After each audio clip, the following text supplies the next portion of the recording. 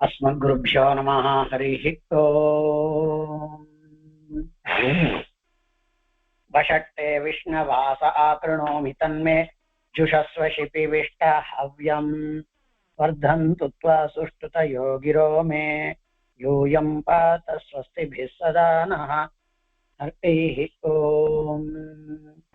श्रीमान् वेङ्कटनाथार्यः कवितार्किककेसरी वेदान्ताचार्यवर्यो मे सन्निधत्तां सदा हृदि उपवीतिनमूर्ध्वपुण्ड्रवन्तं त्रिजगत्पुण्यफलं त्रिदण्डहस्तं शरणागतसार्थवाहमीडे शिखया शेखरिणं पतिं यतीनां तस्मै रामानुजार्याय नमः परमयोगिने यश्रुतिस्मृतिसूत्राणाम् अन्तर्ज्वरमशीशमत् सम्यङ्न्याय कलापेन महता भारतेन च उपबृंहितवेदाय नमो व्यासाय विष्णवे तत्त्वेन यश्चिदचिदीश्वर तत्स्वभावभोगापवर्गतदुपाय गतिरुदारः सन्दर्शयन्निरमिमीतपुराणरत्नम् तस्मै नमो मुनिवराय पराशराय।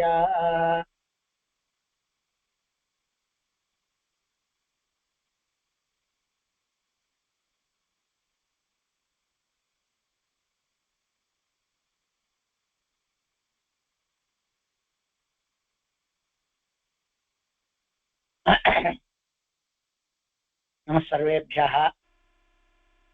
கீழ 7வது அத்தியாயத்துல காளிய தமனம், அவன் பண்ணதான ஸ்தோத்திரம், தத்னீகிருத்தமான பிரபத்தி, இதுகளை எல்லாம் காண்பித்து அவன் அந்த இடத்துல இருந்து வேற இடத்துக்கு போய் சேர்ந்து விட வேண்டும்னு சொல்லி அவனுக்கு அந்த விதமானதான ரட்சணத்தை பண்ணார்.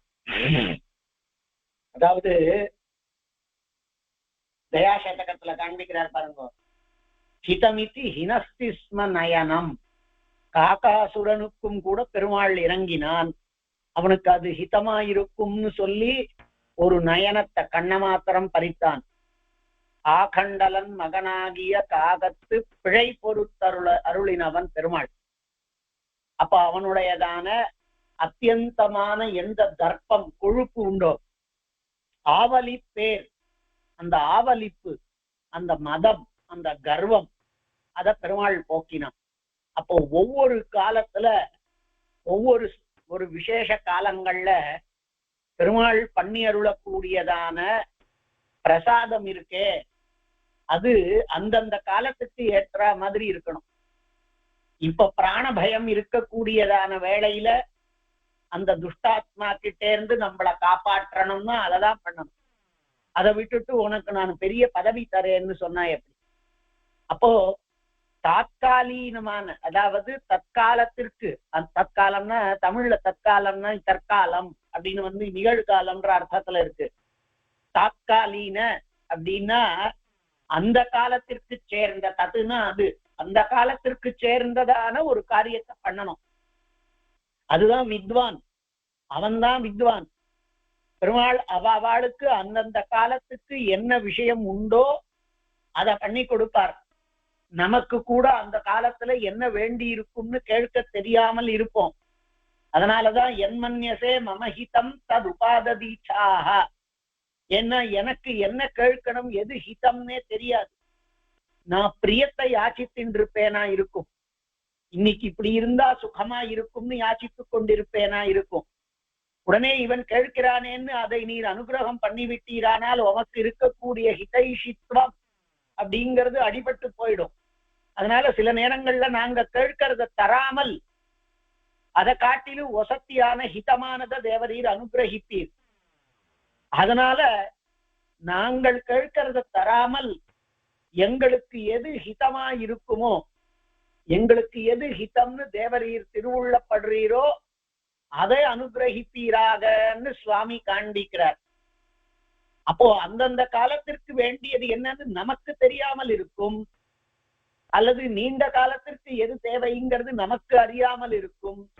ஆனா வித்வானான, திரிகால வித்தான, சர்வஜனான, ஹிதமாத்திர காரியான பிரபத்தி வசியனான பிரபன்ன வசியனான எம்பெருமான் அவளுக்கு ஹிதைகாரி ஹிதத்தை மாத்திரம்தான் பண்ணுவான். அதனாலதான் ஹிதமிதி ஹினஸ்திஸ்ம நயனம். அவனுடைய ஒரு கண்ணை போக்கிட்டாரே பெருமாளுக்கு கொஞ்சம் கூட இரக்கம் இல்லை அப்படின்னு சொல்லிடக்கூடாது. அது கூட எம்பெருமானினுடையதான ஒரு ரட்சணா பிரகாரம் தான். அதனால அடுத்த வாட்டி இன்னொரு இடத்துல போய் அந்த மாதிரி தவறு பண்ண மாட்டானோ இல்லையோ, ஒரு ரிஷிகள் கிட்ட போய் ரிஷி பத்திரிகள்கிட்ட இந்த மாதிரி நடந்திருந்தானால் சாபம் இல்லையா கொடுத்துருப்பா. அப்படிங்கிற காரணத்தினால ஹிதமிதி ஹினஸ்திஸ்ம நயனம்னு சொன்ன மாதிரி இங்க அந்த காளிய பத்னிகள் அவ எல்லாருமே பெருமாள் கிட்ட பர்திரு பிக்ஷைய யாச்சிக்கிறாள். அந்த பர்திரு பிக்ஷைய கொடுக்கிறான் பெருமாள். இவனுக்கு காளியன் பேசும் பொழுதே நியாயோ தண்ட நிபாதோவை, இது தண்டம் கொடுக்கிறதுங்கிறது உனக்கு நியாயம், ஏன்னா நீ அகிலாண்ட கோட்டி பிரம்மாண்ட நாயகன். அப்ப நிச்சயமா நீ அனுகிரகம் பண்ற விசேஷத்துல தண்டனையையும் கொடுக்கணும். ஒருத்தருக்கு தண்டனை கொடுத்தா மற்றவாளுக்கு அது அனுகிரகமா இருக்கும். சில நேரங்கள்ல தண்டனை கொடுக்கிறவாளுக்கே கூட அனுகிரகமா இருக்கும். அதனால நீர் தண்டனை கொடுக்கறதுங்கிறது நியாயம்தான்.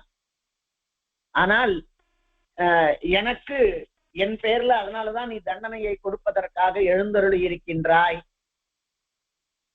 அதை எனக்கு வரமாகவே நான் பார்க்கிறேன். நான் உன்னாலே வீரியம் விஷம் முதலியதெல்லாம் எடுக்கப்பட்டவனாய் எனக்கு என்னுடைய பாரியாக்களினுடையதான திருப்தியர்த்தம் எனக்கே கூட ஜீவிதம் தீயதாம் ஏகம் ஆஜ்ஞாபய கரோமி கிம், எனக்கு ஒன்னே ஒண்ணு ஜீவிதத்தை கொடுத்து விடு, நான் என்ன பண்ணணும் சொல்லுன்னு சொன்னா, நீ இங்கிருந்து சமுத்திர சலிலம் பிரஜ சபுத்திர பரிவாரா, பெருமாள் கட்டளையிடுறான், இங்கிருந்து நீ சமுத்திரத்துக்கு போய்விட வேண்டும், இங்க இருக்க கூடாது அப்படின்னு சொல்லி அவன் கேட்காமலேயே, அதாவது பெருமாள்கிட்ட மாத்திரம்தான் இது உண்டு, நாம ஒண்ணு கேட்டா இலவசமா ஒண்ணு கொடுக்கறதுங்கிறது. நீ என்னுடையதான விஷயத்துல பிரபத்தி பண்ணிட்ட, உன்னுடைய தலையில என்னுடைய திருவடியை வைத்து நடனம் ஆடினேன். அந்த காரணத்தினால என்னுடைய பதங்கள், என்னுடைய பத ரேகைகள் உன்னுடைய நெற்றியில இருக்கு. அதை பார்த்து விட்டு நம்மவன் வைஷ்ணவன் ஸ்ரீ வைஷ்ணவன் என்று கருடன் உன்னை துன்புறுத்த மாட்டான். இத அவன் கேட்கவே இல்லை.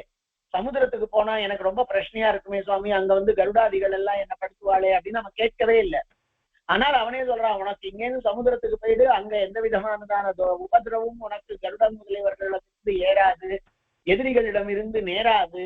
ஏனெனில் உன்னுடையதான நெற்றியிலே என்னுடையதான திருமண் காப்பு பிரகாசிக்கின்றது அப்படின்னு சொல்லி, நாமளா இருந்தா இந்த இடத்துல திருமண் காப்பினுடையதான பிராதான்யம் அப்படின்னு சொல்லி ஒரு 10 ஸ்லோகமாவது சொல்லி இருப்போம். பகவானுடைய திருநாமத்தை, அதாவது நாமங்கிறத வாயால சொல்லக்கூடிய எம்பெருமானினுடையதான அபிதானம் பெயர்கள், திருநாமம் அப்படிங்கிறது அடையாளம், அதை கொண்டவாளினுடையதான பெருமைங்கிறதாக சொல்லி இருப்போம். அதுதான் நீங்க இங்க இருந்து எடுத்துக்கொள்ள வேண்டியது. இவ்வளவு பெரிய அத்தியாயத்திலிருந்து 83 ஸ்லோகம் கொண்ட அத்தியாயத்தினுடைய ரொம்ப ரொம்ப ரொம்ப ரொம்ப முக்கியமானதான ஸ்லோகம் 78வது ஸ்லோகம். மத்பதானி ச தே சர்ப்ப திருஷ்ட்வா மூர்தனி சாகரே கருட பன்னகரிபு த்வயி ந பிரஹரிஷ்யதி. கருடன் அப்படிங்கிறது வெறும் உபலட்சணமாய், கருடன் மாத்திரம் இல்லே, நமக்கு யார் யாரெல்லாம் எதிரிகளோ, ஒரு இடத்துல காமன் மன்மதன் கூட நமக்கு எதிரியா இருக்கலாம் ஒரு கால விசேஷத்துல, ஒரு சமயத்துல கோபம் கூட நமக்கு எதிரியா இருக்கலாம், அந்த சத்ருக்கள் இந்த மாதிரி இருக்கலாம், பகிஷத்ருக்கள் வெளியில இருக்கக்கூடிய எதிரிகள் இருக்கலாம். இவா எல்லாருமே நெற்றியில பளிச்சுன்னு திருமண் இருக்கு அப்படின்னு சொன்னால் அவர்கள் கொஞ்சம் யோசிப்பார்கள், பண்ண மாட்டார்கள், ஸ்ரீ வைஷ்ணவன் என்று உன்னை விட்டு விடுவார்கள். அப்படிங்கிறதுதான் இந்த அத்தியாயத்தினுடையதான முக்கியமானது. அதற்கு மேல காண்பிக்கிறார். அத அஷ்டமோத்தியாயா. இப்போ தேனுகாசுர வதம் சொல்லணும். தேனுகாசுரன் கிருஷ்ணன் அவதரித்திருந்த பொழுது எந்த ரூபத்துலதான் எதிரிகள் வந்திருக்கவில்லை, அப்படின்னு. அதனாலதான் கூர்வேல் கொடுந்தொழிலன் நந்தகோபன் அப்படின்னு சொல்ற பொழுது வியாக்கியானம் காண்பிக்கிறச்சே அது என்னதுக்கு சுவாமி ஒரு குழந்தைய கிட்ட பக்திய பண்றதுக்காக பெருமாள்கிட்ட பக்திய பண்ணறதுக்காக அந்த குழந்தைகள் எல்லாம் அதாவது ஆயர்பாடி சிறுமிகள் எல்லாம் போற பொழுது ஆண்டாள் திருவாக்குல கூர்வேல் கொடுந்தொழிலன்னு அவனை போய் காண்பிப்பாரு. அதாவது உண்மையை சொல்லணுமானா இதுதான் முதல்ல நந்தகோபனை பற்றிய சொல்லக்கூடியது. 16வது பாசுரத்துல திருப்பி நந்தகோபன்கிற அவனை எழுப்பக்கூடிய பிரகரணம் நந்தகோபாலன் மருமகளேன்னு அதற்கு பின்னாடி வரப்போகிறது. ஆனா பெருமாளினுடையதான தந்தைன்னு சொல்லி இருக்கலாம், அவ்வளவு விதமான பாக்கியத்தை பண்ணவன்னு சொல்லி இருக்கலாம், அல்லது கோபாலன் அப்படிங்கிற காரணத்தினால மாடுகளினுடைய பெருமையை சொல்லி இருக்கலாம். இது கூட ஒரு விஷயம் வெறுமை அப்படி சொல்லிட்டே இருக்கும்போது திடீர்னு இப்ப என் மனசுல தோணித்து அதை சொல்றேன். தமிழ் இலக்கியத்துல இளங்கோவடிகள் பண்ண சிலப்பதிகாரம் சிலம்பினை பற்றியதாக சொல்லக்கூடியது இல்லையா, அழகான கதை அது. அது ஒரே நேரத்துல பாதிவிரத்தியத்தை காண்பிக்கிறது, பாதிவிரத்திய மகிமா. பாரியா இருக்கிற பொழுது அவளை விட்டு விட்டு வேற ஒருத்தி கிட்ட போகிறவனுக்கு அமையக்கூடியதான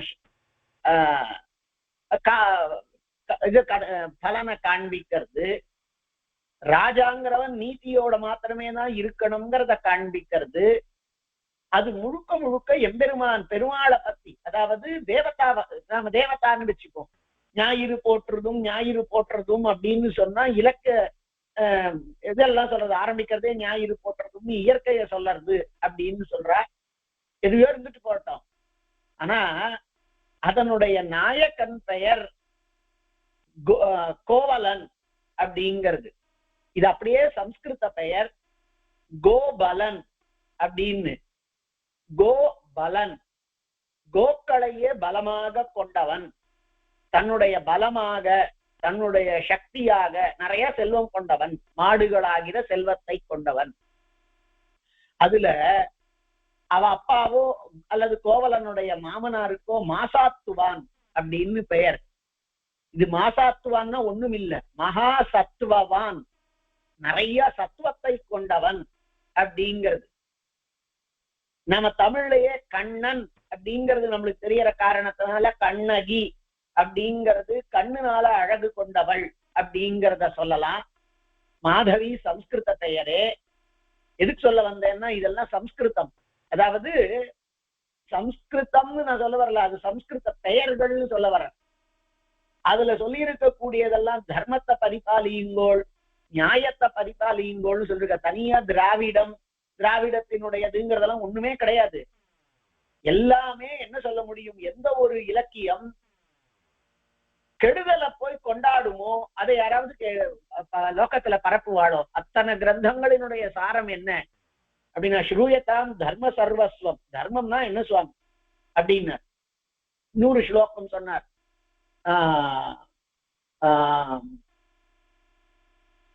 எதுக்தம் கிரந்த கோட்டிஷு, கோட்டியான கிரந்தங்கள்ல என்ன சொல்லி இருக்கு அப்படின்னார். ஆத்மன பிரதிகூலானி பரேஷாம் ந சமாச்சரே. எது தனக்கு பிரதிகூலமா இருக்குமோ அதை பிறருக்கு செய்யக்கூடாது அப்படிங்கிறது. தர்மம்னா என்ன அப்படின்னா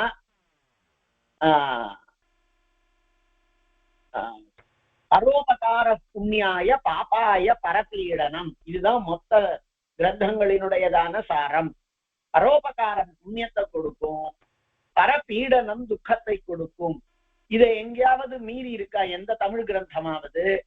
எந்த கிரந்தங்கள்லயாவது இதனுடைய மாற்றம் உண்டா? அவ தர்மத்தை அறம்னு சொன்னான்னா அறத்துப்பால் அப்படிங்கிறது பெயர் மாறி இருக்கலாம். ஆனால் இளங்கோவடிகளினுடையதுல பெயரும் மாறல, சம்ஸ்கிருதமே தான் இருக்கு. கோபலன், கண்ணகிங்கிறது கண்ணன் அப்படிங்கிறதுனுடையதான ஸ்திரீலிங்க பிரகாரம். அதே மாதிரி மாசாத்துவான், மாதவி, சிலது தமிழ்ல இருக்கு. கவுந்தி அடிகள் அப்படின்னு ஒரு பாத்திரம் அதுல வரும். அதெல்லாம் கொஞ்சம் ஜைன பௌத்தத்தினுடையதான சாயை கொண்டது. எது சொல்ல வந்தேன்னா, இப்படி அந்த இவனை சொல்ற பொழுது நந்தகோபனை சொல்ற பொழுது அவனை முதல்ல அறிமுகப்படுத்துற பொழுது கூர்வேல் கொடுந்தொழிலன்னு சொல்லுவானே. அவன் எப்பொழுதுமே கையில வேலை வச்சு கொண்டிருப்பான், எப்பொழுதுமே கொடுமையான தொழிலை செய்வான்னா நன்னா இல்லையே அப்படின்னா, கூர்வேல் கொடுந்தொழிலன் நந்தகோபனுடைய குமரன் அப்படிங்கிறது. அவன் கிருஷ்ணன் அங்க வந்த பொழுது, இப்ப கிருஷ்ணன் கொஞ்ச நாள் ஆயிடு, அதனால அந்த கொஞ்ச நாளான கிருஷ்ணனினுடையதான இடம் இருந்து பறையை வாங்குவதற்காக கொஞ்ச நாள் ஆனாக்க நேற்றுதான் பிறந்த கிருஷ்ணன் இல்ல, இன்னும் கொஞ்ச நாள் ஆயிடுச்சு. அப்போ அந்த கிருஷ்ணனிற்கு ஏற்கனவே பலவிதமான ராட்சச ஆவேசங்கள் ஏற்பட்டது.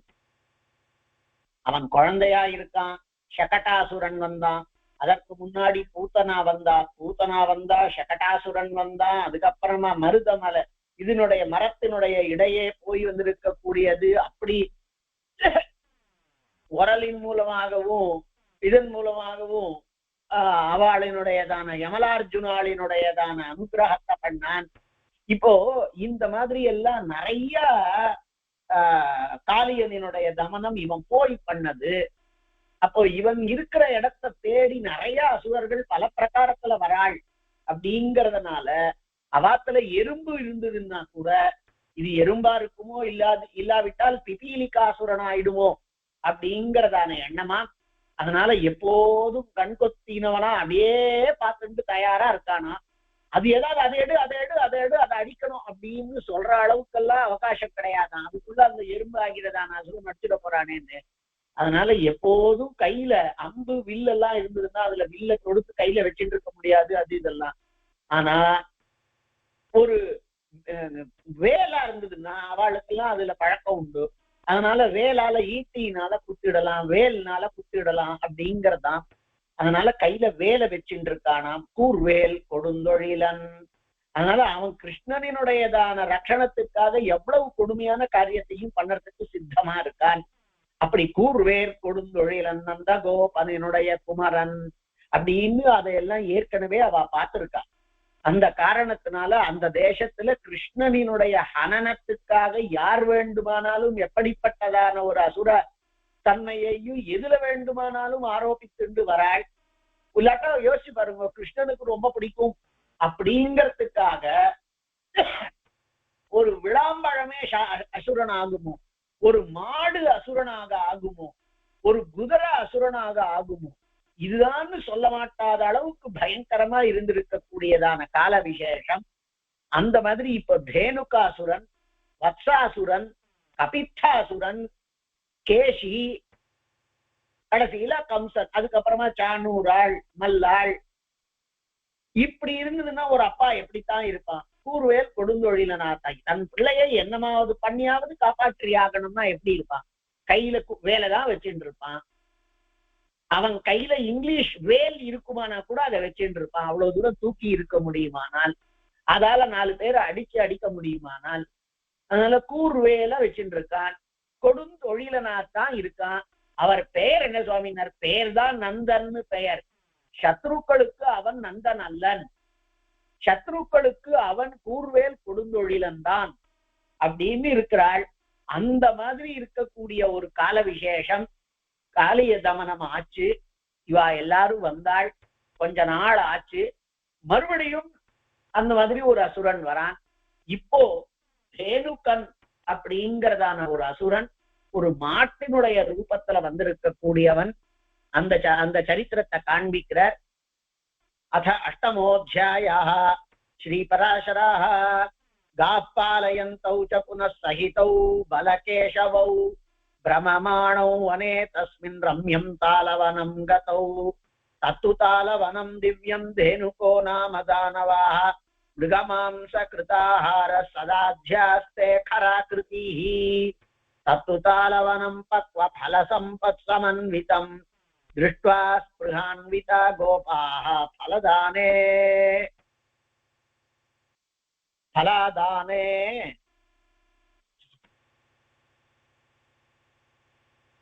அப்ருவன் வச்சாஹ. காப்பாலயந்த ஒரு நாள் மாடுகளை மேய்த்து கொண்டிருப்பவர்களாய் பலனும் கேசவனும் அண்ணாவும் தம்பியுமாய் பலகேசவௌ சகிதௌ இருவரும் கூடியவர்களாய் பிரமமானௌ வனே தஸ்மின் அந்த வனத்திலே சுற்றி கொண்டிருப்பவர்களாய் பக்கத்துல இருக்கக்கூடிய ரம்யம் தாளவனம் கதௌ ஒரு பனங்காடு இருக்கு, அந்த பனைமரங்கள் நிறைந்ததான இடத்திற்கு போறாள். பனங்காட்டு நிறைய நரி எல்லாம் இருக்கும், பயங்கரமானதான சப்தம் எல்லாம் எழும். அதனால கிராமத்துக்கு பக்கத்துல பனங்காட்டுக்கெல்லாம் நிறைய பேர் பெரியவாள்லாம் போகக்கூடாதுன்னுவா. அதை தவிர அந்த இடத்துல கள்ளுக்காக மரத்து மேல ஏறக்கூடியவர்கள் இருப்பா. ஒருத்தனுடையதுல இருந்து கள்ள திருடுறதுக்கு இன்னொருத்தன் போவான், திருடன் இருப்பான்.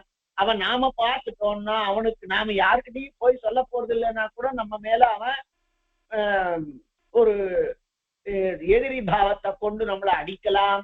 என்னதுக்கு அங்க போகிறது, திருடன் இருக்கிறதுக்கு வாய்ப்பு இருக்கு. எல்லாத்துக்கும் மேல பஞ்சமகா பாத்தகங்கள்ல ஒன்னா சொல்லக்கூடியதான மதிரா பானம் கள்ளு குடிக்கிறதுங்கிறதுக்கான தயாரிக்கிற இடமே அதுதான். அந்த மரத்துக்கு மேல அதை வச்சுடான்னா அது ஒரு பானையை கவுத்து வச்சுட்டு அதுல இருந்து இறங்கக்கூடியதான பனங்கல்ல எடுத்து பூமியில பள்ளம் பண்ணி ரொம்ப நாளைக்கு அதை வச்சு அதுல இன்னும் கூட அதுல என்னென்னமோ போட்டு அதெல்லாம் என்னென்னமோ கலந்து அதெல்லாம் பண்ணா பழமையானதான கள்ளு மொந்த பெருசா ஒரு பாத்திரத்துல அடியில அதை துணியை வச்சு கட்டி இந்த மாதிரி வைக்கிறது. நாள் ஆக ஆக அதுல போதை ஏற்றக்கூடியதான சமாச்சாரம். அதனாலதான் நம்ம பெரியவாழ்லாமே கூட கீதையிலேயே சொல்றா கொஞ்சம் பழசான அது சாப்பிடக்கூடாது அப்படின்னு. யாத்தயாமம் கதரசம் ஊதி பர்யுஷிதம் சயத்து இதெல்லாம் போஜனம் தாமச பிரியம் அப்படின்னு. அதனாலதான் யாத்தயாமம் சாதாரணமா ஒரு யாம காலம் அளவுக்கு ஆயிடுத்துனாலே கூடாது. காத்தால பண்ணதை ராத்திரிக்கு வச்சுட்டு சாப்பிடக்கூடாதுதான் கீதையின் படி. ஆனா திருப்பி நம்ம தலையை பண்றதெல்லாம் சிரமமா இருக்குன்னு சொல்லிட்டு கார்த்தாலேயே பண்ணி அதையே வச்சுட்டு இருப்போம். யாத்தயாமம் கத ரசம் அதுல ரசம் போயிடுத்து, அதுல இருக்கக்கூடிய சக்தி போயிடுத்துன்னா அதை வச்சுட்டு என்ன பண்றது? நாம மாத்திரையில எல்லாம் எக்ஸ்பைரி டேட் போடுற மாதிரி ஒரு மருந்து ஒரு மாவு அரைச்சி வச்சிருக்கோம், அது பாட்டுல 2 மாசமா 4 மாசமா அப்படியே இருக்கு அப்படின்னா அதுல என்ன இருக்கும்? வெறும் பொடிதான் இருக்குமே தவிர அதுல ஏதாவது அந்த பருப்பினுடையதான தன்மை இருக்குமா? அதனுடைய சக்தி வரப்போறதா? அதனால அதுதான் கத ரசம் பூத்தி பர்யூஷிதம் மேல புஞ்சக்காடான் முதலியதுனாலே கெட்டு போனது. இந்த மாதிரி நிறைய சொல்ற. அப்போ அத பழச சாப்பிடக்கூடாது அப்படின்னு. அந்த மாதிரி பழசுனாலதான் அதுக்கு பெருமையே கல்லுக்கு. இப்படி அங்க கல்லு இருக்கு, சத்ருக்கள் இருக்கான், நரி முதலியது இருக்கும், பயங்கரமானதான சப்தம் இருக்கும். மூளை இடுறதுனால பனங்காட்டு அசைவே ஒரு மாதிரி சப்தமா இருக்கும். அந்த அந்த ஓலைகளினுடைய சப்தமே ஜாஸ்தியா இருக்கும். இந்த மாதிரி கெடுதலா இருக்கக்கூடிய இடத்துக்கு பெரியவாள்லாம் அதனால போகக்கூடாது, பனங்காட்டு பக்கம் போகக்கூடாது அப்படிங்கறதெல்லாம் சொல்லுவா. ஒரு நாள் அது தவிர அங்க துஷ்டாத்மாக்கள் எல்லாம் இருப்பார்கள் அப்படிங்கிறதுக்கு பிரதானம். இன்னைக்கே கூட நீங்க பாத்தீங்களான்னா நம்ம இவெல்லாம் எங்க இருந்திருக்கான்?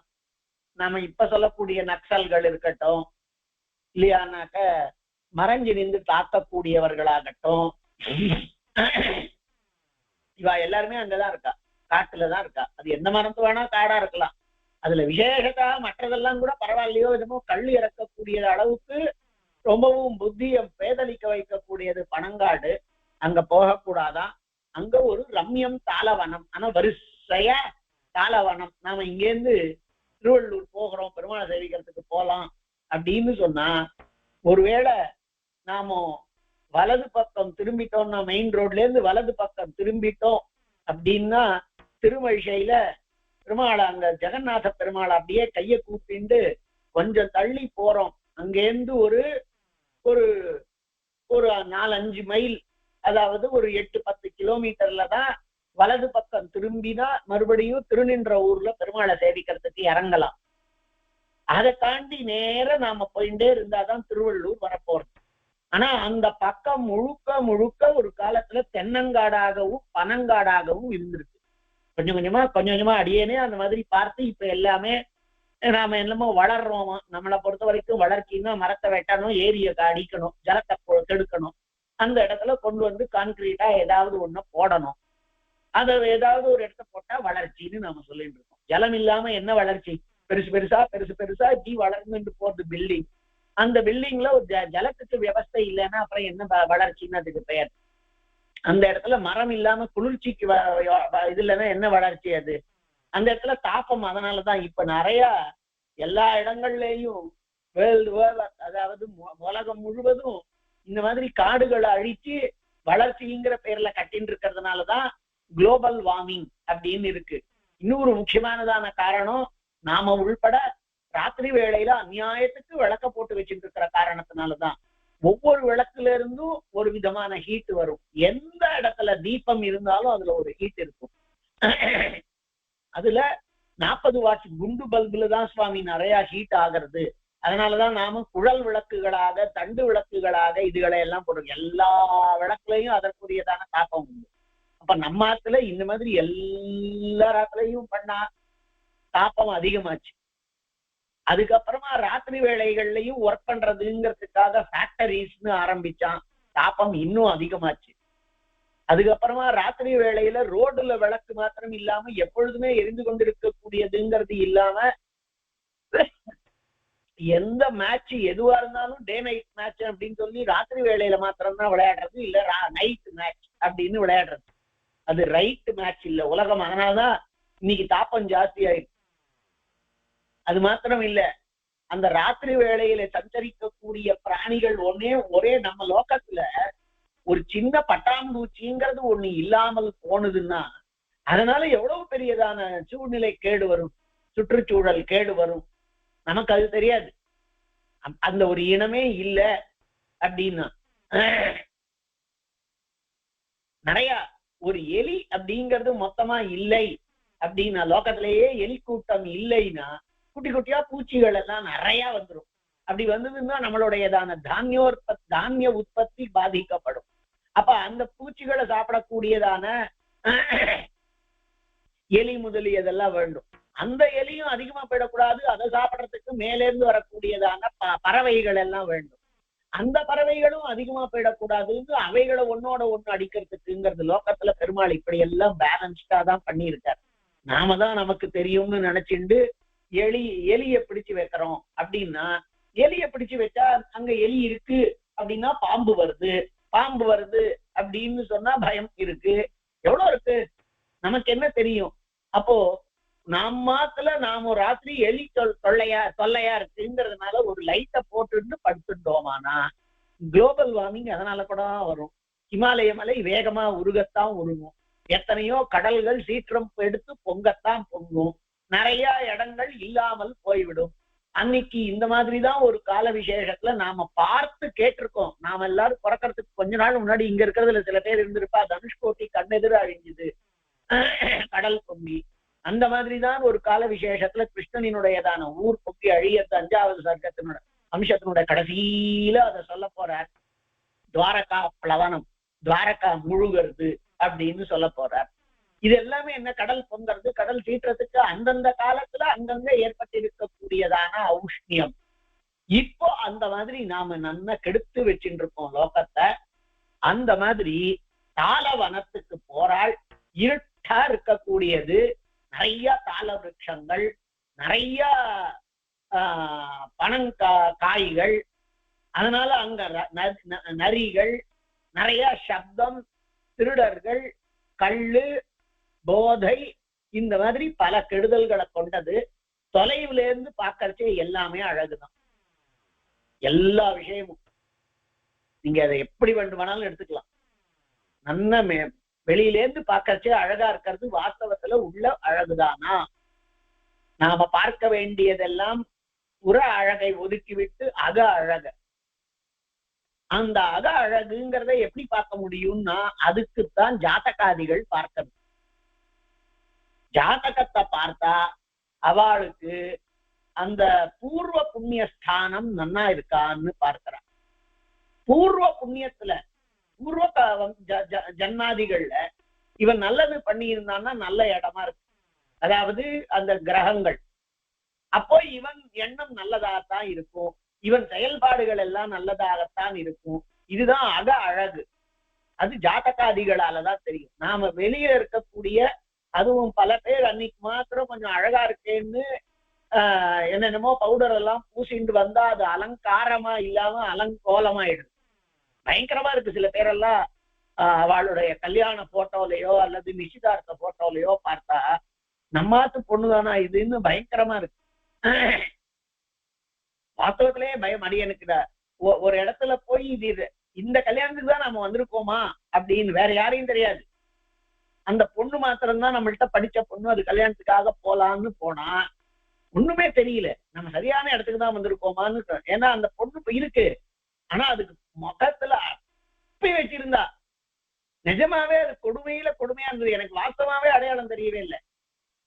அதுக்கு அப்புறமா அங்க வந்திருக்கக்கூடிய இன்னொருத்தர் இருக்கிற காரணத்தினால அவ அம்மாவோ அப்பாவோ எனக்கு யாரையும் பார்த்து பழக்கம் இல்லை.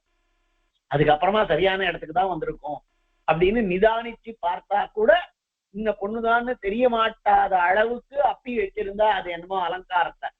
அது பேர் அலங்கோலம். எதுக்கு சொல்றேன்னா, இந்த மாதிரியாக அக அழக பார்க்கணும். அந்த அக அழகுக்குத்தான் இதெல்லாம் ஜாத்தகாதிகள் எல்லாம். அந்த அக அழக பார்க்கறதுக்குத்தான் அவளினுடையதான அவளை சேவிக்கிறா, அந்த பொண்ணு சேவிக்கிறது.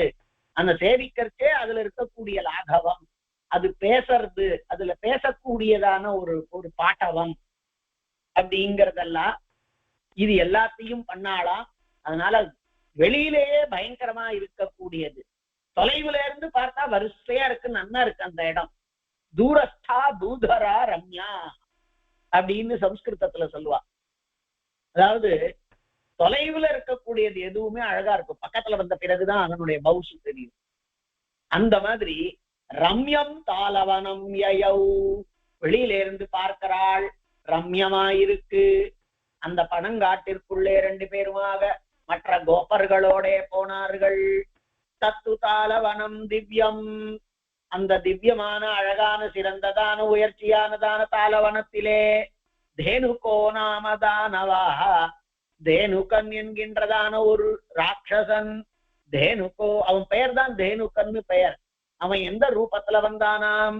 மிருகமாம்ச கிருதாஹாராக, மிருகங்கள் மிருகங்களினுடையதான மாம்சத்தையே பாடாக கொண்டவனாய். கராகிருதிஹி, பயங்கரமா, கரங்கிறதுக்கு பயங்கரம்னு வச்சுக்கலாம், கரன்னா கழுதைன்னு வச்சுக்கலாம். அப்படி கராகிருதிஹி, ஒரு பயங்கரமானதான கழுதையின் வேஷத்தை கொண்டவனாய். இப்படி மாத்திரம்தான் அர்த்தம் சொல்லியிருக்காளான்னு பார்த்தோம்னா, மிருகமாம்ச கிருதாஹாராஹ,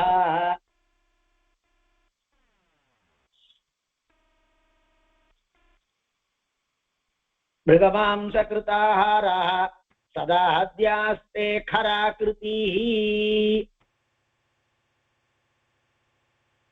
ஒரு கழுதையின் ரூபத்துலதான் இருந்தான் அப்படின்னு அர்த்தத்துல காண்பிக்கிறாள். ஒரு பெயர் தேனுகன்னு பெயர். அந்த தேனுகன் கழுதையின் வேஷத்திலே இருந்தான். மாட்டினுடைய வேஷத்துல வரக்கூடியது வத்சாசுரன் அப்படிங்கிறது பின்னாடி ஒரு கதை வருது அதுல. அப்படி இப்போ கழுதையாக வந்தான். ஆனா மிருகமாம்ச கிருதாஹாரா, மிருகங்களினுடைய மாம்சத்தையே ஆகாரமாக கொண்டிருந்தான். என்ன அர்த்தம்னா, அந்த இடத்துக்கு போனா யாரா இருந்தாலும் அவன் சாப்பிடுவான் அப்படிங்கிறது. தத்து தாளவனம் பக்வ பல சம்பத் சமன்விதம், நன்னா பக்குவமானதான பல பழங்கள் நிறைந்திருக்கக்கூடியது. திருஷ்டுவா ஸ்புகான்விதா கோபாக, அதாவது தாள பிரச்சுரமா இருக்கக்கூடியதான, அதாவது தாளம் நிறைய இருக்கக்கூடியது.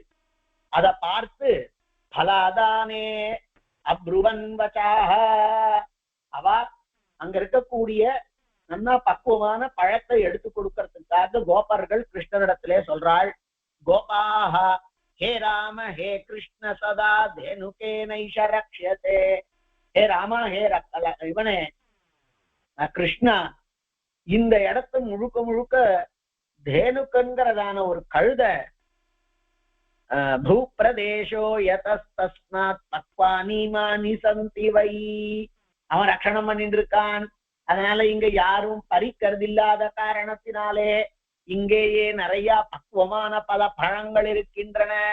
பலானி பஷ்ய தாலானாம் கந்தாமோதித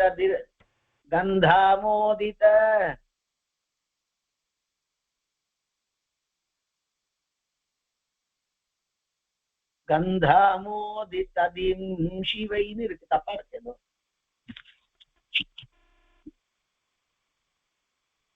கந்தாமோதித திம்ஷின்னு வரணும். தப்பு.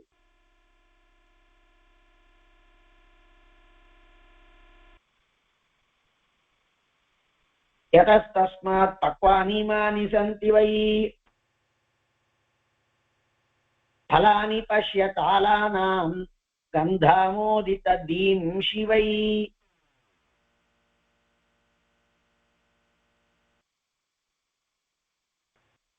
திக்குக்கு தான் சொல்றா அப்படி. கந்தேன ஆமோதிதானி கந்தேன ஆமோதிதாக திஷான்னு ஸ்ரீலிங்கத்துல சொல்லணும். ஆனா அது எல்லாமே நபும்சகலிங்கமான பலங்களுக்கு விசேஷமா சொல்றா, விசேஷணமா. அதனால கந்தாமோதித தீம்ஷிவை, அது அந்த பிரயோகம் சம்ஸ்கிருத பிரயோகம் சரியா இல்லாம இல்ல, இருந்த ஆர்ஷ பிரயோகம். அடியன் சொல்றது வியாக்கரண ரீதியா இதை எடுத்துன்னு வர முடியுமா, இல்ல அது ஆர்ஷமா அதை அப்படியே சரின்னு விட்டுட்டு போகணுமா? அதாவது திக்திஷௌ திஷாஹ கந்தேன ஆமோதிதாக திஷாஹ யைஹி தானி கந்தாமோதித திஷி அப்படின்னு இருக்கலாம்னு தோன்றது. திக் திஷி ஓகே, திக் திஷி தீம்ஷி திக் திஷி திம்ஷின்னு போட்டிருக்கா பகுவச்சனம். கந்தேன ஆமோதிதாக திஷாஹ யைஹி, எந்த பழங்களின் வாசனையினால் எல்லா திசைகளும் வாசனை செய்விக்கப்பட்டனவோ அந்த பழங்கள் அப்படின்னு பலானி நபும்சகலிங்கமா இருக்கிறதுனால இங்க சம்ஸ்கிருதக்காரா சில பேர் இருப்பா, அவளுக்காக சொல்றேன். கந்தாமோதித திக் ஏகவச்சன நபும்சகலிங்கத்துல கந்தாமோதித திக் திஷி தீம்ஷி திக் திஷி தீம்ஷி, அதுதான் அதுல திக் திஷி திம்ஷி திக் திஷி தீம்ஷி அப்படின்னு தீல தீர்க்கமாகவும் காண்பிச்சிருக்கா. ஒரு புஸ்தகத்துல தீம்ஷின்னு இருக்கு கீதா பிரஸ்ல. இந்த புஸ்தகத்துல எங்களாழ்வான் வியாக்கியானத்தோட இருக்கக்கூடிய அண்ணங்கராச்சார் போட்ட புஸ்தகத்துல கந்தாமோதித திம்ஷின்னு ஹ்ரஸ்வத்துல இருக்கு, அதுல தீம்ஷின்னு இருக்கு. ரெண்டுமே இருக்கலாம்னு வச்சுக்கலாம். அதுக்கு என்ன அர்த்தம்னா, எந்த பழங்களோ அந்த பழங்கள், எந்த பழங்களினுடைய வாசனையினால் எல்லா திசைகளும் வாசனை செய்விக்கப்பட்டனவோ அந்த தாள பழங்கள். இந்த பழங்கள், இந்த குழந்தைகள் எல்லாம் அங்க இருக்கக்கூடிய பனம்பழத்தை தான் கேட்கிறாள். பலானி பஷ்ய தாளானாம், அந்த தாளங்களினுடைய பழங்களை பாருங்கோள், அதாவது பனம்பழங்களை பாருங்கோள். கந்தாமோதித திம்ஷிவை, தங்களினுடைய வாசனையினாலே எல்லா திசைகளையுமே வாசனை செய்திருக்கக்கூடிய அந்த பழங்களை பாருங்கோ. பயமேதான்யபீப்சாமாக, எங்களுக்கு இதெல்லாம் வேணும்னு ஆசையா இருக்கு. ஆத்யந்தாம் யதிரோச்சதே, பரவாயில்லன்னாக்க உங்களுக்கு இந்த காரியம் பிடித்திருக்குனால் அந்த பழங்களை அடித்து கொடுங்கோள் அப்படின்னு கேட்கிறா இந்த கோபர்கள் எல்லாம். ராமனும் கிருஷ்ணனும் உடனே அதுக்கு ஆமோதிச்சு கொடுக்க போறார். ஸ்ரீ பராசராஹ இதி கோபகுமாராணாம் ஸ்ருத்வா சங்கர்ஷணோ வச்சாஹ, இப்படி அந்த கோபகுமாரால் சொன்ன வார்த்தைகளை கேட்டவனாய் சங்கர்ஷனான பலராமன் ஏதத் கர்த்தவியம் இத்யுக்த்வா, இது நிச்சயமா இவாளுக்காக நாம பண்ணணும்னு சொல்லி பாத்தயாமாச தானி வை, அந்த பழங்களை எல்லாம் அடித்து கீழே வீழ்த்தினான். கிருஷ்ணச்ச பாத்தயாமாச புவிதானி பலானி வை, அந்த பழங்களை அந்த மரத்திலிருந்து அடித்து ரெண்டு பேருமாக வீழ்த்தினார்கள்.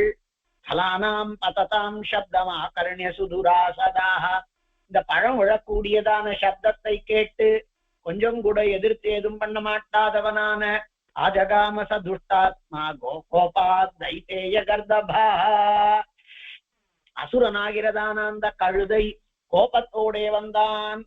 பலானாம் பததாம் சப்தம் ஆகர்ணிய சுதுராசதாக ஆஜகாமச துஷ்டாத்மா கோபாத் தைத்தேய கர்தபா, பத்யாம் உபாபியாம் சததா பশ্চিமாபியாம் பலம் பலி, ஜகானோரசிதாபியாம் சச்சதேனாப்யகிருஹ்யதா. அவன் கழுதையோ அவன் தன்னுடைய பின்னங்கால்கள் ரெண்டு நாளேயும் இவா ரெண்டு பேருடைய மார்பிலேயும் பின்னாடி எகிரி உதைத்தான். ஆனா அவன் அதனாலேயே பின்னாடி இழுக்கவும் பெற்றான். அதை அப்படியே பிடிச்சு இவ இழுக்கிறார். பத்யாம் உபாபியாம் சததா பশ্চিமாபியாம், பின்னாடி இருக்கக்கூடியதான இரண்டு கால்களாலே பலி ஜகானோரசி, பலம் பலி ஜகான, பலம் அப்படிங்கிறது கிரியா விசேஷனம், அதாவது அட்வர்ப். அதனால பலம் ஜகான, பலத்தோடு அடித்தான். பலி ஜகான, பலத்தை கொண்டவனான அவன் பலத்தோடு அடித்தான். யார அடித்தான்னார்? பலம் அல்லது பலராமனை அடித்தான். பலம் பலி ஜகானோரசி தாபியாம் சசதேனாப்யகிருஹ்யதா. அவன் பலராமன் அடித்தான். அந்த பலராமனாலேயே தேன தாபியாம், அந்த கால்களாலேயே அகிருஹ்யத பிடிக்கப்பட்டான். அப்படி பிடிச்சுட்டான் பின்னாடி கால பலராமன். ஜகானோரசி தாபியாம் சச்சதேனாப்யகிருஹ்யத அப்யகிருஹ்யதா. அப்படி பின்னாடி அவன் காலை எடுத்து உதைச்சான். உதைச்ச உடனே அந்த ரெண்டு காலையும் பலராமன் பிடித்துட்டான். கிரஹீத்வா பிராமயாமாச, ரெண்டு காலையும் பிடிச்சு அப்படி சுத்தறான். கிரஹீத்வா பிராமயாமாச சோம்பரே கத ஜீவிதம். அப்படி தட்டாமால சுத்துற மாதிரி இப்படி சுத்தினான். அத சுத்தனுமானா அவன் எவ்வளவு பெரிய அசுரனா இருக்கணும். அவன் எவ்வளவு பெரிய அசுரனா இருக்கக்கூடியதான கழுதையா இருந்ததுன்னா அதுக்கு அத்தனை சக்தியையும் கால்ல கொடுத்து சக்திய கையில கொடுத்து அப்படி சுத்தனுமானால் பலராமன் வாஸ்தவத்திலேயே பலராமனா இருக்கணும். அந்த பலத்தை குழந்தையா இருக்கிற பொழுதே பெற்றானாம்.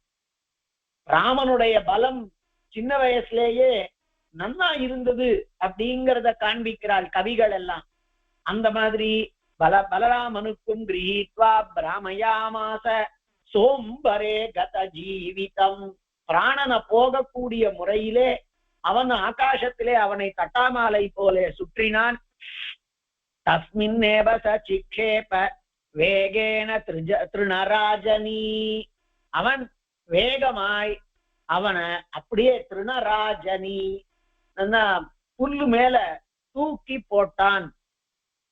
ஆகாசத்திலேயே அந்த ஆகாஷத்துல வளர்ந்திருக்கக்கூடிய புல்லு மேல அப்படி தூக்கி ஆகாசம்னா மேல இல்ல, பூமியில இருந்து நல்லா ஆகாசம் வரைக்கும் பெருசா வளர்ந்திருக்கக்கூடியதான புல்லுகளுக்கு நடுவிலே அவனை தூக்கி அடித்து சுற்றி தூக்கி போட்டான். அப்பவே அவன் உயிர் போயிடுத்து ஏற்கனவே. ததஃபலான்யனேகானி தாலாக்ரான் நிபதன் கராஹ, அப்படி அவன் அடிச்ச பொழுது அது அந்த மரத்து மேலேயே விழுந்தது. அது ஒரு மரத்து மேல அப்படி இடிச்சது. அந்த மாதிரி தாலாக்ரான் நிபதன் கராஹ, அப்போ அது குலுங்கிறது. இவனுடைய வேகத்தினால அடிக்கப்பட்ட பனை மரம் அது குலுங்கிறது. அப்போ அதுல இருந்து நிறைய பழங்களை வீழ்த்துபவனாய் பிருச்சிவ்யாம் பாத்தையா மாச மகாவாசோ கனானிவ, எப்படியானால் ஒரு பெரிய காற்றானது கனங்களை மேகங்களை எல்லாம் சிதறி ஓடக்கூடிய அளவுக்கு நன்னா வீசுமோ அந்த மாதிரி அந்த மரங்களையே அவன் பாத்தையா மாச கீழே வீழ்த்தினான். அந்யான் அத சஜாத்தியான் ஆகத்தான் தைத்திய கர்தபான், இவனுக்கு துணையா வந்ததான நிறைய அசுர கழுதைகளை ஆசுர கழுதைகளை கிருஷ்ண சிக்ஷேப தாலாக்ரே பலபத்ரஸ்ச லீலையா, அவளை அந்த பனம் மரத்தின் மேலேயே ராமனும் கிருஷ்ணனும் ரெண்டு பேரும் விளையாட்டா அடித்தார்கள். க்ஷணேனாலங்கிருதா பிருத்வி பக்வை ஸ்தால பலை சதா, அப்போ ஒவ்வொருத்தரையும் அடிச்சு வீழ்த்துற பொழுது அந்த மரம் அடிபடுறது, அதுக்குள்ள பெரிய கம்பனம் ஏற்படுறது. அந்த மரம் நடுங்கின காரணத்தினால அது விழருது, பக்கத்துல இருக்கிற மரத்தோட மேல பட்டு விழருது. அதனால பக்குவமான நிறைய பழங்கள் பனம்பழங்கள் விழருது. பக்வை தால பலை, அப்படி விழுந்ததான பக்குவமான தால பலங்களால அந்த பூமியே ரொம்பவும் அலங்கரிக்கப்பட்டதாச்சுது. தைத்திய கர்தப தேகைஷ்ட மைத்ரேய சிசுபேதிகம். அந்த மாதிரி ராட்சச கழுதைகளினுடைய உடம்பும் விழுந்திருக்கக்கூடிய காரணத்தினாலே அவ செத்து போயிட்டாளோ இல்லையோ, அதனால அந்த ஆசுர கழுதைகளினுடைய உடம்பினாலேயும் விழுந்திருக்கக்கூடிய நன்னா பக்குவமா இருக்கக்கூடிய பலங்களினுடையதான தன்மைகளினாலேயும் அந்த பூமியே அங்க பிரகாசித்துக் கொண்டிருந்தது. ததோ காவோ நிராபாதாக தஸ்மின் தாளவனே த்விஜா. பிறகு மாடுகள் எல்லாம் நிராபாதமாய் எந்த விதமானதான பாதையும் இல்லாதவைகளாய் தஸ்மின் தாளவனே த்விஜா, அந்த தாளவனத்துல நவசஷ்பம் சுகம் சேரு, நல்ல புதுசா நிறைய புல்லுகள் வளைஞ்சிருக்கு.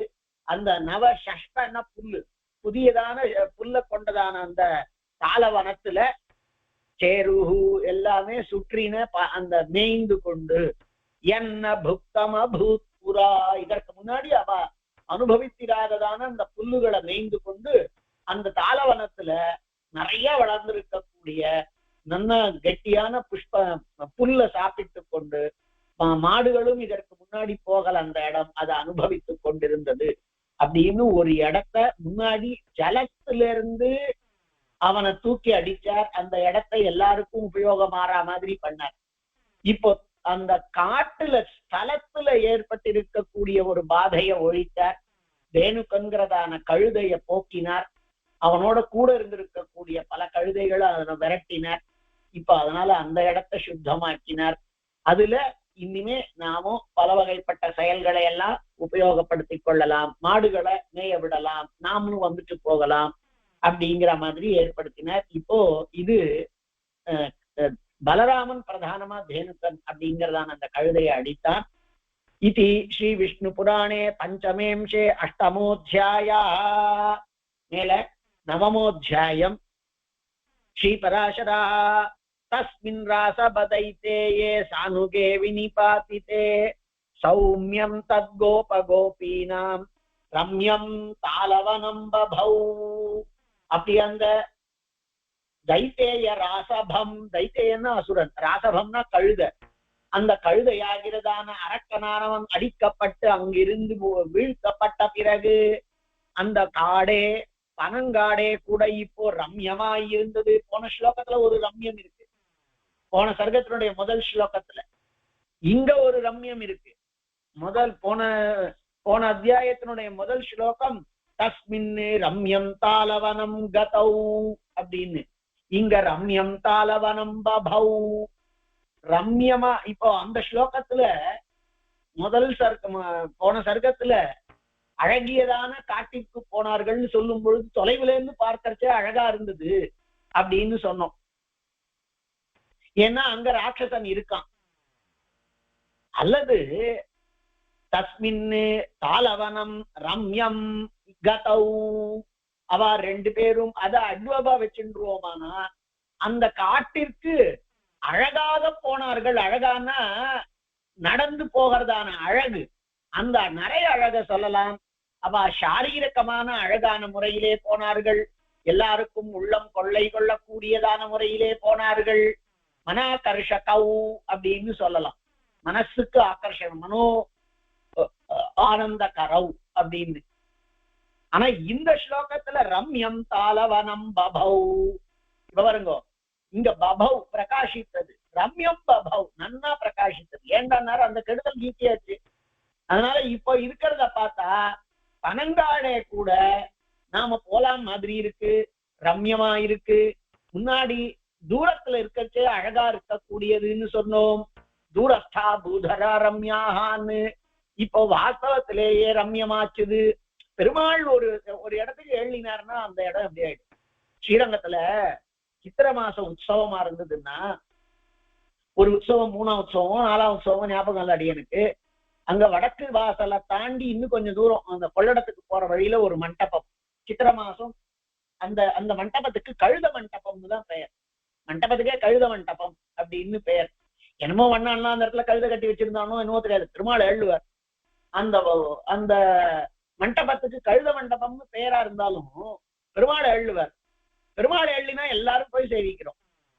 நன்னா நிறைய வாட்டி அடியவங்கள் சேவிச்சிருக்கோம். அது எத்தனை உற்சவம் தெரியல, அந்த சித்திர மாச உற்சவத்துல. எதுக்கு சொல்றோம்னா, பெருமாள் எழுட்டாருன்னா அது ரம்யமாயிடுறதே. அங்க கழுதை இருந்ததுனால நன்னா இல்லாதது அந்த இடம் பிரகாசமாக ஆக்கினான் கிருஷ்ணன். முன்னாடி இருந்த ரம்யம்ங்கிறது தொலைவுல இருந்து ரம்யம், அல்லது பெருமாளுக்கே அதை அட்வாபா வச்சு விடலாம்னு சொன்னோம். இப்போ ஸ்ரீரங்கத்துல பார்த்தா அதுவும் கழுத மண்டபமே, அது யாரும் போக மாட்டா. ஆனா இன்னைக்கு பெருமாள் எழுறான் அப்படின்னா ரம்யமா இருக்கு, போய் சேவிக்கிறோம் பெருமாள் அந்த இடத்துல. அதுக்கு என்னமோ அப்படி பெயர், அது ஏனோ தெரியல. அந்த தசாவதார சன்னதிக்கு திருப்பத்தை தாண்டின உடனே அது இருக்கு.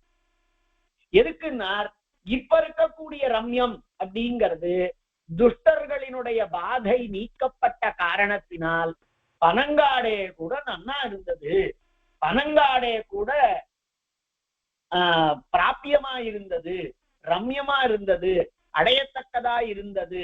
மாடுகளுக்கும் ஆடுகளுக்கும் இன்னும் எத்தனையோ விதமானதான ஜீவர்களுக்கும், அதே மாதிரி கிருஷ்ணனையே நம்பி இருக்கக்கூடிய கோபர்களுக்கும் எல்லாருக்கும் ரம்யமாக தாளவனம் பபௌ தஸ்ததஸ்தௌ ஜாத ஹர்ஷௌ து வசுதேவ சுதாவுபௌ ஹத்வா தேனுகதைதேயம் பாண்டீரம் வடமாகதௌ.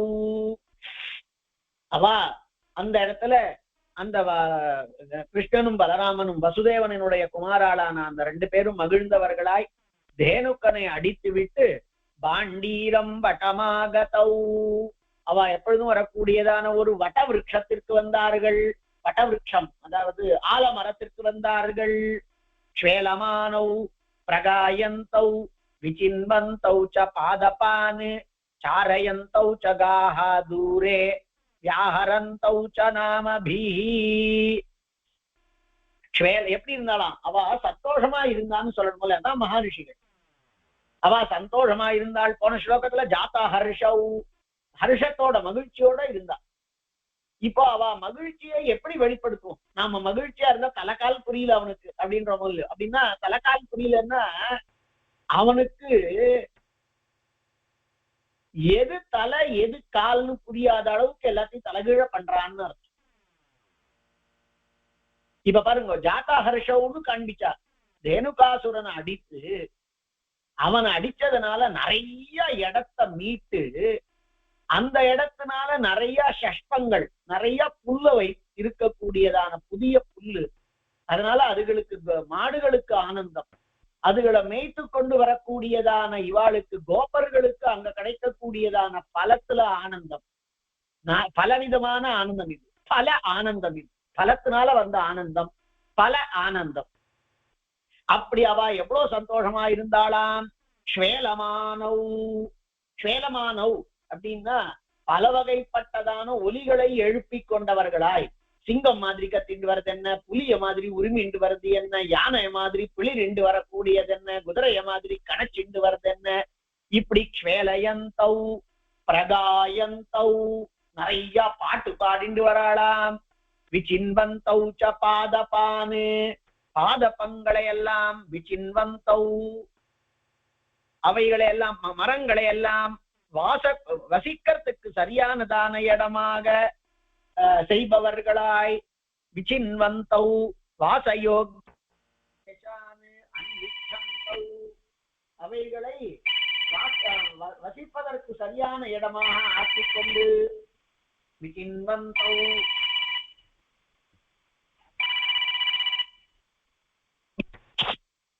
விசின்வந்தௌ ச க்ஷேலமானௌ பிரகாயந்தௌ விசின்வந்தௌ ச பாதபான் சாரயந்தௌ ச காஹ.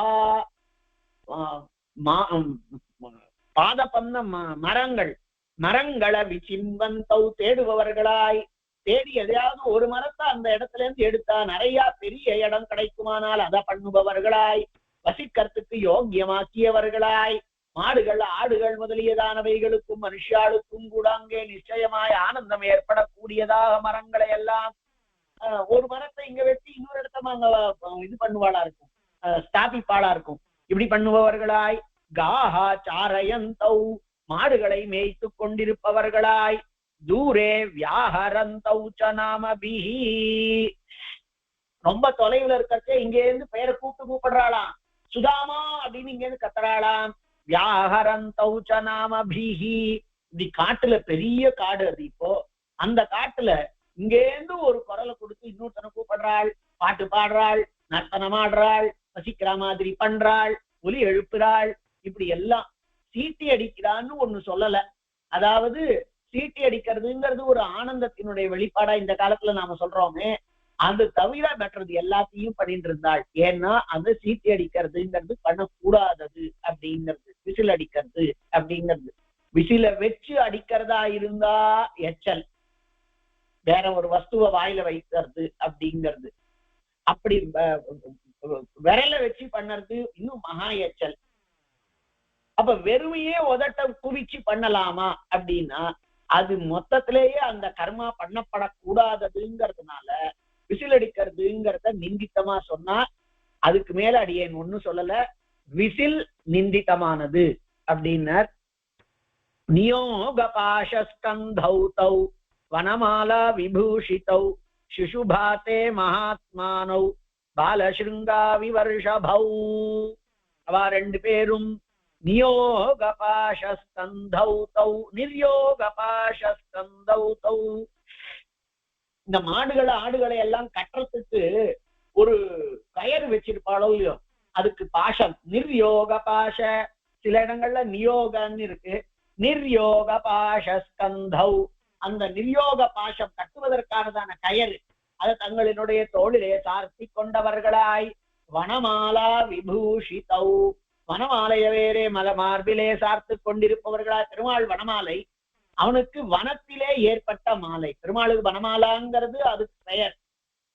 இவனுக்கெல்லாம் பலராமன் மற்றவளுக்கு பலராமனுக்கோவென்றால் வனத்திலே இருக்கக்கூடியதான மாலை, காட்டு பூக்களை கொண்டாக்கப்பட்ட மாலை. பெருமாள் அதையும் சாத்தின்றிருப்பான், கூடவே வனமாலை சாத்தின்றிருப்பான். சிசுபாதே மகாத்மானௌ பாலசிருங்கா விவர்ஷபௌ. நம்ம குட்டி கொம்பு கொண்டிருக்கக்கூடியதான ரெண்டு எருதுகள் போலே சஞ்சரித்துக் கொண்டிருந்தாள். ரிஷபங்கிறது சிரேஷ்டார்த்தவாச்சி. நம்ம சிம்மம், அவர் கணக்குல புலின்னு சொல்றோம் பாருங்க, அந்த மாதிரி சிங்கம் எருதுங்கிறதெல்லாம் உபமான சப்தங்கள். அப்படி நன்னா குட்டியா கொம்பு கொண்டிருக்கக்கூடியவர்களான ரெண்டு எருதுகள் போலே சஞ்சரித்துக் கொண்டிருந்தார்கள். சுவர்ணாஞ்சன சூர்ணாபியாம் தௌ ததா ரூஷிதாம்பரௌ. சுவர்ணாஞ்சன சூர்ணாபியாம், சுவர்ணாஞ்சனம் அதாவது மஞ்ச வர்ணத்துல இருக்கக்கூடியதான மையினாலே பூசப்பட்டதான வஸ்திரத்தை உடையவர்களாய். சுவர்ணாஞ்சன சூர்ணாபியாம், சுவர்ண சூர்ணம் அஞ்சன சூர்ணம், மஞ்சளும் கருப்புமானதான சூர்ணங்களாலே கூடியதான வஸ்திரத்தை உடையவர்களாய். ததா ரூஷிதாம்பரௌ, ஒரே மஞ்சளும் கருப்புமா இருக்காவா வஸ்திரத்துல. எப்படி இருக்கான்னார், மகேந்திராயுத சம்யுக்தௌ மகேந்திராயுத சங்காஷௌ அப்படின்னு ஒரு பாடம் இருக்கு. மகேந்திராயுத சம்யுக்தௌ மகேந்திராயுதேன பிரகாசமானௌ மகேந்திராயுத சங்காஷாவித்யம்புத விசேஷணம் ஸ்வேத கிருஷ்ணா விவாம்புதௌ. அவ ரெண்டு பேரும் ஸ்வேத கிருஷ்ணா விவாம்புதௌ, ஸ்வேதம் வெளுப்பும் கிருஷ்ண கருப்புமானதான மேகம் போலே, அதுலேயும் இந்திரனினுடையதான அந்த இந்திர தனுசு கொண்டதான மேகம் போலே. இவா மஞ்சளான வஸ்திரம், பெருமாள் கருப்பா இருக்கான், அவன் வெளுப்பா இருக்கான். அப்படி கருப்பும் வெளுப்புமான மேகங்கள், அந்த வஸ்திரத்திலே பல வகைப்பட்டதான வர்ணங்கள் பூச்சிருக்கு. அதை பார்த்தா அந்த மேகத்துல இருக்கக்கூடியதான இந்திராயுதத்தை கொண்டிருக்கக்கூடிய மேகங்கள் போலே இருந்தார்கள்.